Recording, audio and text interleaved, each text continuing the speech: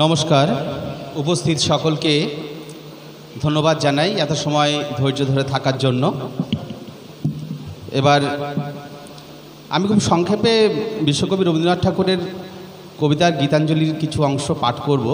তার আগে একটা কথা বলি, যেটা আজকের দিনে আমাদেরকে হয়তো চলার পথে প্রেরণা দেবে। সেটা হলো, আমরা অনেক সময় বিপদে পড়ে ঈশ্বর, ভগবান, আল্লাহ, যে ধর্মেরই হন না কেন, তার শরণাপন্ন হই এবং সেখান থেকে উত্তরণের পথ খুঁজি।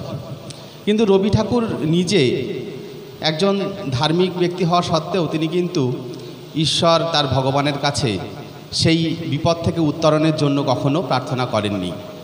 তিনি বরং সেই বিপদকে বরণ করার মানসিকতা, শক্তি, সেটাই প্রার্থনা করেছেন।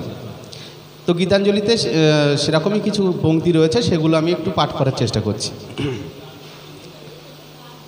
বিপদে মোরে রক্ষা করো, এ নহে মোর প্রার্থনা, বিপদে আমি না যেন করি ভয়, দুঃখ তাপে ব্যথিত চিতে নাই বা দিলে সান্ত্বনা, দুঃখে যেন করিতে পারি জয়।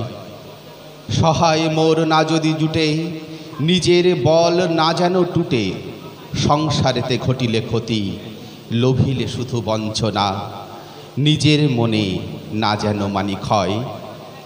আমারে তুমি করিবে ত্রাণ, এ নহে মোর প্রার্থনা, তরিতে পারি শক্তি যেন রয়, আমার ভার লাঘব করি নাই বা দিলে সান্ত্বনা, বহিতে পারি এমনি যেন হয়।